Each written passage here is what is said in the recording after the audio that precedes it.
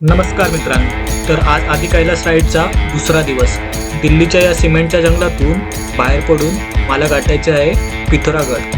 500 किलोमीटरचा रस्ता आणि हजारो वळणं माझी वाट पाहत आहे. लोक म्हणतात एकट्याने प्रवास करणं सोपं नसतं आणि जेव्हा समोर हिमालयाची आव्हानं असतात तेव्हा तर अजिबात नाही.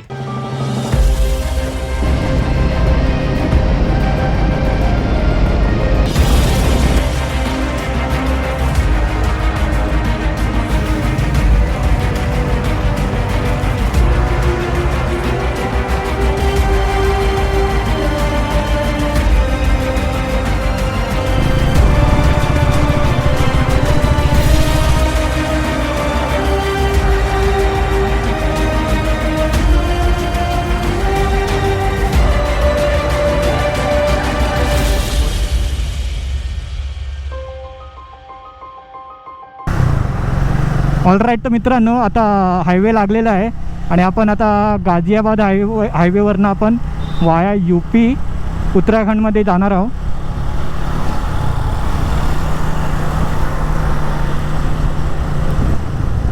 आता सध्या आपण यमुना नदीच्या पुलावरून चाललो आहे.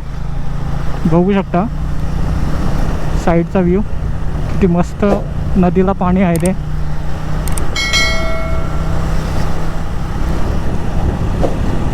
दिल्ली सरकारने यमुना नदीच्या साफसफाईवर जरा लक्ष दिलं पाहिजे. खूपच जास्त प्रदूषण दिसत आहे ते.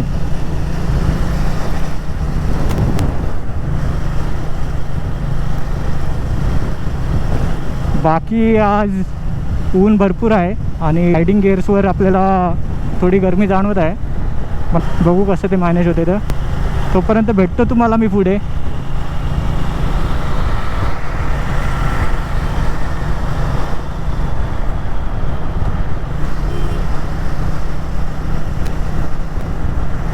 आता जरा हायवे लागले आहे तर जरा गाडी पळवतो.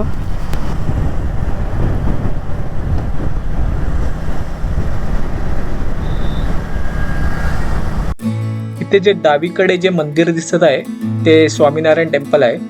या टेम्पलला कव्हर करणारा ब्लॉग आधीच आपल्या चॅनेलवर अपलोडेड आहे. तुम्हाला पाहिजे असेल तर तुम्ही तो बघू शकता.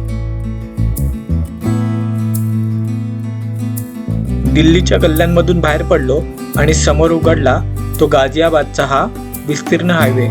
सोलो राईडमध्ये जेव्हा तुम्ही अशा मोकळ्या रस्त्यावर असता तेव्हा वाऱ्याचा वेग आणि तुमच्या बाईकचा आवाज हेच जगातील सर्वात सुंदर संगीत वाटतं.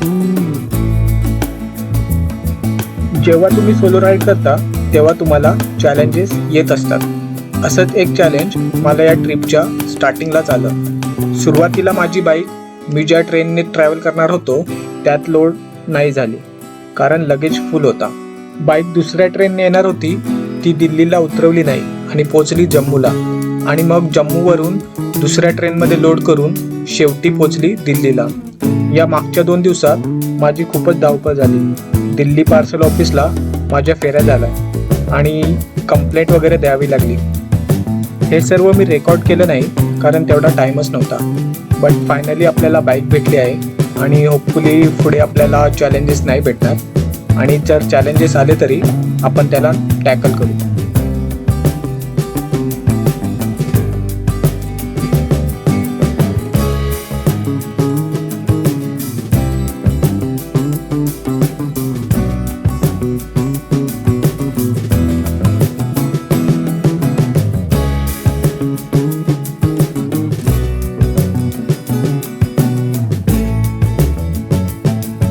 चार तास राईड करून थकवा जाणवत होता आणि भूक सुद्धा लागली होती आणि मी शोधत होतो एक चांगलं हॉटेल दुपारच्या जेवणासाठी.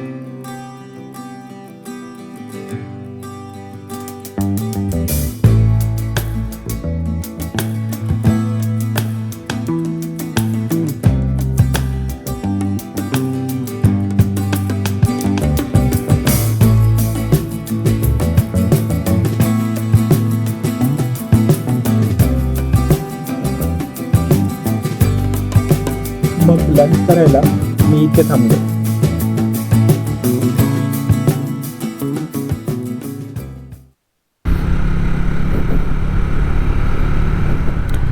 तर तुम्हाला तर समजलंच असेल की माझ्या माईकची सेटिंग नीट नव्हती, त्यामुळे काय व्हॉईस काय रेकॉर्ड होत नव्हता. आता मी जस्ट लंच केला, आत्ता वाजले 3:45च्या दरम्यान होते आणि तिथे मी चेक करत होतो फुटेज, तर समजलं की व्हॉईस रेकॉर्ड झाला नाही. तर आता मी माईकची सेटिंग पुन्हा सेट केली आहे, तर होपफुली तुम्हाला आता व्हॉईस येत असेल. आणि आता पुढे मी कंटिन्यू करतो आहे. आता टोटल आपले 130 किलोमीटर झालेत आणि 7 तासाची रनिंग अजून पण दाखवते. 355 किलोमीटर बाकी आहे आणि एक्सपेक्टेड रीच टाईम 11:30 आहे रात्री. तर आता मी गाडी पळवतो आहे आणि बघतो आहे आपण कधीपर्यंत पोचू ते. एवढी काय आपल्याला घाई नाही आहे, जेवढं आज खेचता येईल तेवढं खेचणार आहे. आणि जर आपण नाहीच पोचलो तर मग मध्ये कुठेतरी स्टे घेऊन उद्याची जर्नी कंटिन्यू करणार. पुढून राहा आपण या ब्लॉगमध्ये, भेटतो तुम्हाला पुढे. बाकी आता संध्याकाळ होत आहे, तर राईड करायला खूपच मजा येत आहे.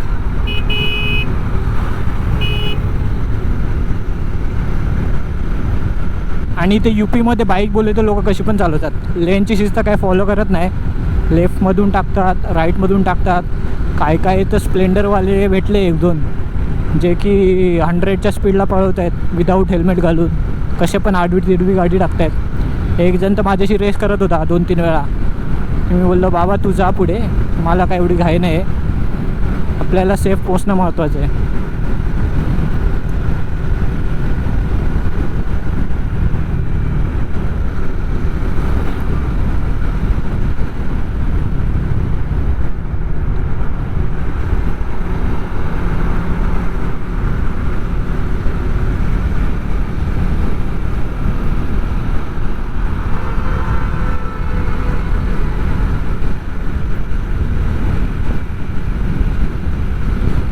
त्यात अजून एक प्रॉब्लेम आपल्याला आता फेस होत आहे, कारण माझ्या मोबाईलची बॅटरी लगेच ड्रेन होते आणि हा अँड्रॉईड मोबाईल आहे.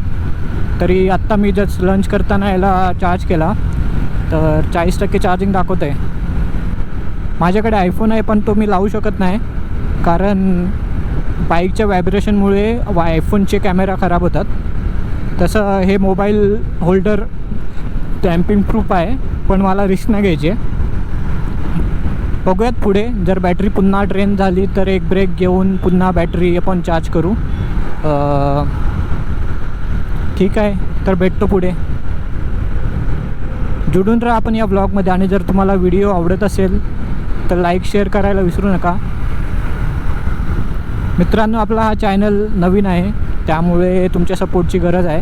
तुमच्या सपोर्टशिवाय काहीच होऊ शकत नाही. तर जर तुम्हाला व्हिडिओ आवडत असेल तर तुम्ही लाईक करा, शेअर करा, कमेंट करा. व्हिडिओबद्दल काही तुम्हाला सजेशन्स असतील तर ते कमेंट बॉक्समध्ये सुचवा. मी नक्कीच त्याचा बेस्ट रिप्लाय देण्याचा प्रयत्न करेल.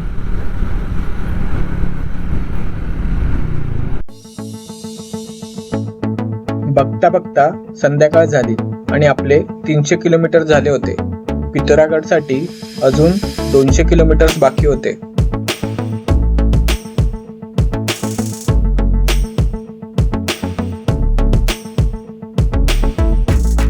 मी मध्ये इथल्या लोकल्सला विचारलं, ते म्हणाले तुम्ही टणकपूरपर्यंत जा, कारण टणकपूर ते पितोरागड रस्ता हा घाटाचा आहे, तर इकडे दिवसा ट्रॅव्हल केलेलं बरं.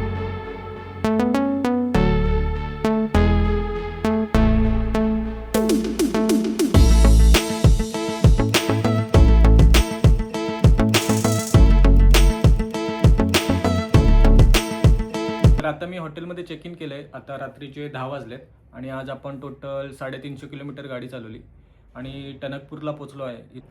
इथून पितोरागड हे 150 किलोमीटर आहे आणि घाटाचा रस्ता आहे, त्यामुळे रात्रीच्या वेळ चालवणे हे थोडं धोकादायक होतं. त्यामुळे मी डिसाईड केलं की टणकपूरला आपण स्टे करूया आणि उद्या सकाळी पिथोरागडकडे निघूया. पिथोरागडपासून पुढे तुम्हाला धारचुलाला जावं लागतं आणि तुम्हाला ओम पर्वत आणि आदि कैलाशला जायचं असेल तर धारचुलाच हे ठिकाण आहे जिथे परमिट बनतं, कारण पुढे जागोजागी हे परमिट चेक केलं जातं.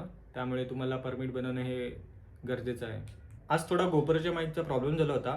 वायरची पोझिशन हल्ल्यामुळे विंडचा नॉईस आतमध्ये येत होता, त्यामुळे आवाज रेकॉर्ड होत नव्हता. तर आत्ता मी जस्ट माईक पुन्हा सेट केला आहे, तर पुढच्या व्लॉगमध्ये तुम्हाला व्हॉईससुद्धा नीट भेटेल. तर हा व्लॉग मी इथेच संपवतो. तोपर्यंत keep loving, keep watching. Bye bye. आणि या मोबाईलची बॅटरी लवकर चार्ज होते, त्यामुळे मॅपमधून आणि या मोबाईलची बॅटरी